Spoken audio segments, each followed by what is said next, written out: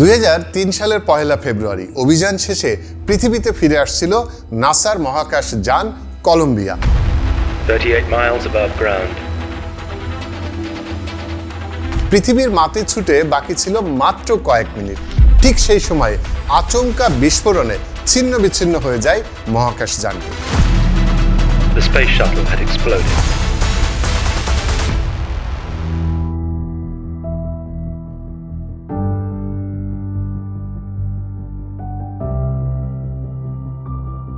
প্রাণ হারান 7 নভোচারী।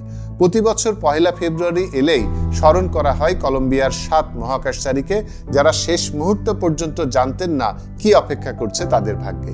এই দুর্ঘটনাটি ছিল আমেরিকার মহাকাশ গবেষণা যাত্রার এক বড় ব্যর্থতা।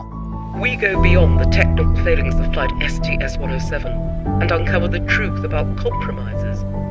তবে মহাকাশ অভিযানের এমন মর্মান্তিক দুর্ঘটনা আমাদের ব্যথিত করলেও মহাকাশের রহস্যভেদী একের পর এক সফল অভিযান আবার আশাও জাগায়। তাই মহাকাশ যাত্রা নিয়ে আমাদের আগ্রহের শেষ নেই। জানতে ইচ্ছা করে কেমন কাটে মহাকাশ স্টেশনের এক একটি দিন, ভয় ভীতি কাটিয়ে কিভাবে নিজেদের প্রস্তুত করেন মহাকাশচারীরা। চলুন জেনে আসি।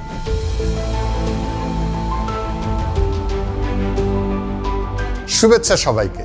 প্রতিদিন সকালে ঠিক পৃথিবীর মতোই এই মহাকাশ স্টেশনে দিন শুরু হয়, কিন্তু এখানেই আছে পার্থক্য।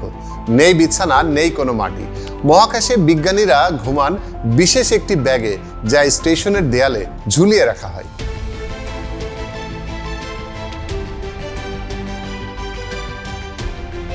পৃথিবীর তুলনায় মহাকাশে ঘুমানো যেন এক নতুন অভিজ্ঞতা। এরপর শুরু হয় তাদের দিনের প্রথম কাজ, ব্রেকফাস্ট। কিন্তু এখানে সবকিছুই ভাসছে, পানি থেকে শুরু করে খাবার, সবকিছু প্যাকেট বন্দি। স্পেশাল স্ট্র দিয়ে পানি পান করতে হয়, আর খাবার টেবিলে রাখা হয় চুম্বক দিয়ে, যাতে কোনো কিছু ভেসে না যায়। এসব কিছু দেখে মনে হতে পারে যেন আমরা কোনো বিজ্ঞান কল্পকাহিনী সিনেমার মধ্যে রয়েছে। একটা মজার তথ্য জানেন, মহাকাশে বিজ্ঞানীদের স্বাদ গ্রহণ ক্ষমতা কমে যায়। হ্যাঁ, মাইক্রোগ্র্যাভিটির কারণে আমাদের জিহ্বার রিসেপ্টরগুলোর উপর প্রভাব পড়ে। তাই মহাকাশে ঝাল এবং মশলাদার খাবার সবচেয়ে জনপ্রিয়। খাবারের পর শুরু হয় তাদের মূল কাজ।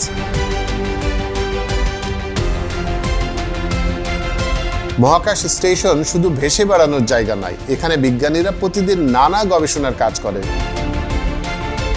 কিভাবে মধ্যাকর্ষণের অনুপস্থিতিতে জীববিজ্ঞান কাজ করে, মহাকাশে আগুনের আচরণ কেমন, এসব বিষয় নিয়ে কাজ চলে। উদাহরণ হিসাবে যদি বলি, মহাকাশে আগুন অনেক ধীরে জ্বলে এবং এর তাপমাত্রাও কম থাকে।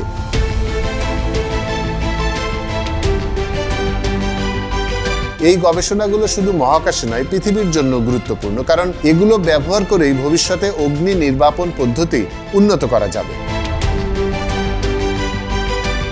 তারপর আসি এক্সারসাইজের পালা। মধ্যাকর্ষণ না থাকায় আমাদের শরীরের হাড় ও পেশি দুর্বল হতে থাকে, তাই প্রতিদিন 1 থেকে 2 ঘন্টা ব্যায়াম করা অত্যাবশ্যক।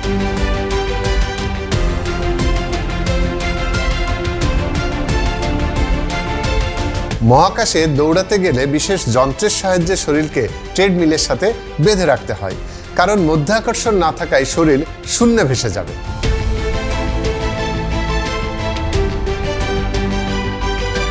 আরেকটা চ্যালেঞ্জ হলো মহাকাশের টয়লেট ব্যবস্থা। এখানে পানি ব্যবহার করা যায় না, তাই বিশেষ সাকশন ব্যবহার করা হয়।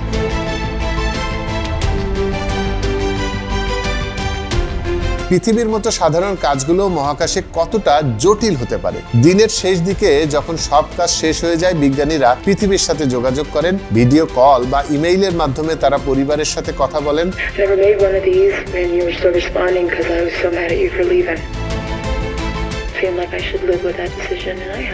এছাড়া পৃথিবীতে থাকা বিভিন্ন স্কুল কলেজের শিক্ষার্থীদের সাথেও লাইভ যোগাযোগ করা হয়।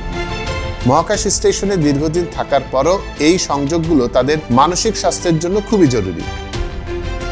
দিনের শেষমেশ ঘুমানোর পালা। আবারও সেই ঝুলন্ত ঘুমের ব্যাগে ঢুকে শস্য শব্দের মধ্যে তারা চোখ বন্ধ করেন। দিনের শেষটাও যেন এক ধরনের বিজ্ঞান কল্পকাহিনীর মতোই। তবে মহাকাশে দিনরাতের তফাৎ করার জন্য নতুন এক প্রযুক্তি নিয়ে এসেছে ডেনমার্কের সেগা স্পেস আর্কিটেক্টস নামের এক প্রতিষ্ঠান। তারা সার্কেডিয়ান লাইট প্যানেল তৈরি করেছে, যা স্পেস স্টেশনে থাকা গবেষকদের জন্য দিন এবং রাতের মতো পরিবেশ তৈরি করে দেয়। এই প্রযুক্তি 24 ঘন্টার মধ্যে সূর্যের আলো পরিবর্তনের রং নকল করার চেষ্টা করে থাকে, যেন দুপুরে লাইট প্যানেলটি সাদা আলো দেয়, আবার রাতে অন্ধকার একটি আবহাওয়া তৈরি করে।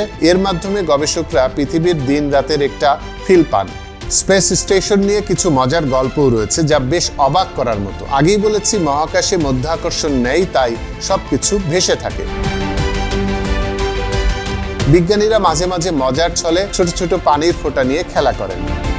একবার মহাকাশচারী ক্রিস হ্যাডফিল্ড একটি বিশেষ কৌশল দেখিয়েছিলেন, যেখানে তিনি একটি তোয়ালে ভিজিয়ে তা থেকে কিভাবে পানি বের করা হয় সেটি দেখান। The water's all over my hands. In fact, it rings out of the cloth into my hands.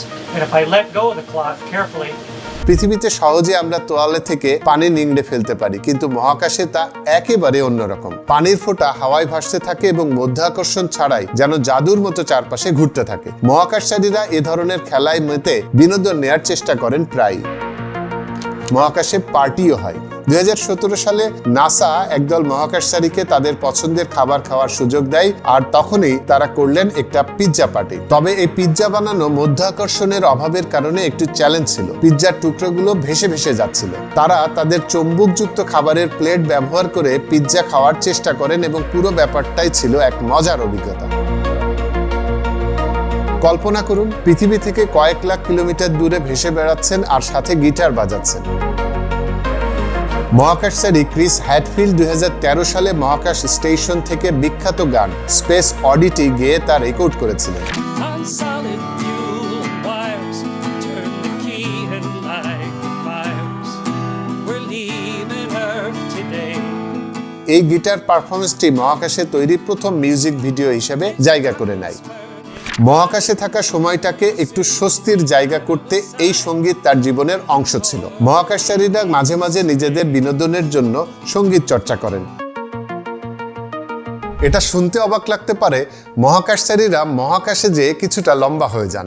মধ্যাকর্ষণ শক্তি না থাকার কারণে তাদের মেরুদণ্ডের হাড়গুলো একটু প্রসারিত হয়, ফলে পৃথিবীতে থাকাকালীন সময়ের তুলনায় তারা 2 ইঞ্চি পর্যন্ত লম্বা হয়ে যেতে পারেন। তবে পৃথিবীতে ফেরার পর আবারও তারা আগের উচ্চতায় ফিরে আসেন। বাস্তবতা হলো, মহাকাশে জীবন কাটানো সহজ নয়, কিন্তু এটি আমাদের ভবিষ্যতের জন্য অত্যন্ত গুরুত্বপূর্ণ। যারা মহাকাশে গবেষণা করছেন, তারা আমাদের পৃথিবীর জন্য নতুন নতুন আবিষ্কার এবং প্রযুক্তি নিয়ে আসছেন। আন্তর্জাতিক মহাকাশ স্টেশনে এখন পর্যন্ত 3000-এরও বেশি বৈজ্ঞানিক পরীক্ষা সম্পন্ন হয়েছে।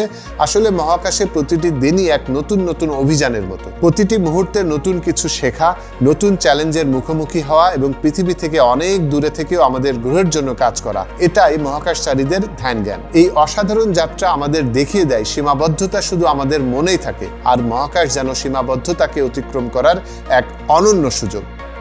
তবে এই যে মহাকাশের উদ্দেশ্যে এক অনন্য যাত্রা, এই যাত্রার আগে কঠোর অনুশীলন আর প্রশিক্ষণের মধ্য দিয়ে যেতে হয় মহাকাশচারীদের।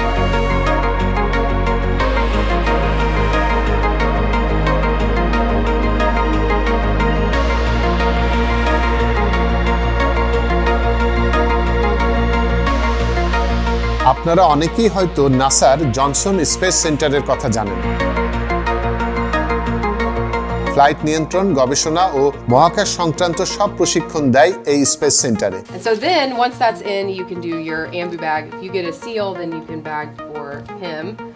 And you're really just enough. And you can kind of feel in the tactile feel of the bag how much resistance you have. একজন ব্যক্তি যদি নভোচারী হতে চান, তবে সবার আগে তাকে মার্কিন নাগরিক হতে হবে। এরপর কঠিন সব বাছাই প্রক্রিয়ার মধ্য দিয়ে যেতে হবে তাকে। যাচাই করা হবে নভোচারী হতে চাওয়া ব্যক্তির শারীরিক ও মানসিক কর্মক্ষমতা সহ নানান দক্ষতা। বাছাই প্রক্রিয়া শেষে মনোনীত করা হবে অভিযাত্রী হিসাবে। এরপর শুরু হবে মূল প্রশিক্ষণ পর্ব। উপযুক্ত হিসেবে তৈরি হতে একজন উঠতি নভোচারীর সময় লাগে প্রায় 2 বছর। এই সময়ের মধ্যে মাইক্রোগ্র্যাভিটির চ্যালেঞ্জ মোকাবেলায় শারীরিক সক্ষমতা বাড়ানো, মহাকাশযানের বিভিন্ন যন্ত্রাংশের সঙ্গে পরিচিত হওয়া, স্পেস ওয়াকের জন্য অনুশীলন, মানসিক চাপ নিয়ন্ত্রণ, প্রতিকূল পরিবেশে দ্রুত সিদ্ধান্ত নেওয়ার প্রশিক্ষণ সহ অর্জন করতে হয় নানান দক্ষতা। 2 বছর পর নভোচারীদের বিভিন্ন মিশন ভিত্তিক কাজ দেওয়া হয়, তাদের জন্য থাকে বিশেষ বুট ক্যাম্পের ব্যবস্থা, যেখানে সংশ্লিষ্ট মিশন নিয়ে পড়াশোনা করতে হয়, শিখতে হয় স্পেস শাটল ও আন্তর্জাতিক মহাকাশ স্টেশনের নানান বিষয়। পরিবেশ বিজ্ঞান, জ্যোতির্বিজ্ঞান, আবহাওয়াবিদ্যা, প্রকৌশল বিষয়ে দেয়া হয় শিক্ষা। এছাড়াও তাদের বিভিন্ন প্রতিকূল পরিবেশে টিকে থাকার জন্য থাকে দীর্ঘমেয়াদী প্রশিক্ষণ। এভাবেই নাসায় কোনো অভিযানের জন্য নভোচারীদের বাছাই ও প্রস্তুত করা হয়। তাই আগ্রহ থাকলেও কঠিন সিলেকশনের প্রক্রিয়ার কারণে অনেকের স্বপ্নই থেকে যান। তাই বলে চেষ্টা থামিয়ে দেওয়া যাবে না।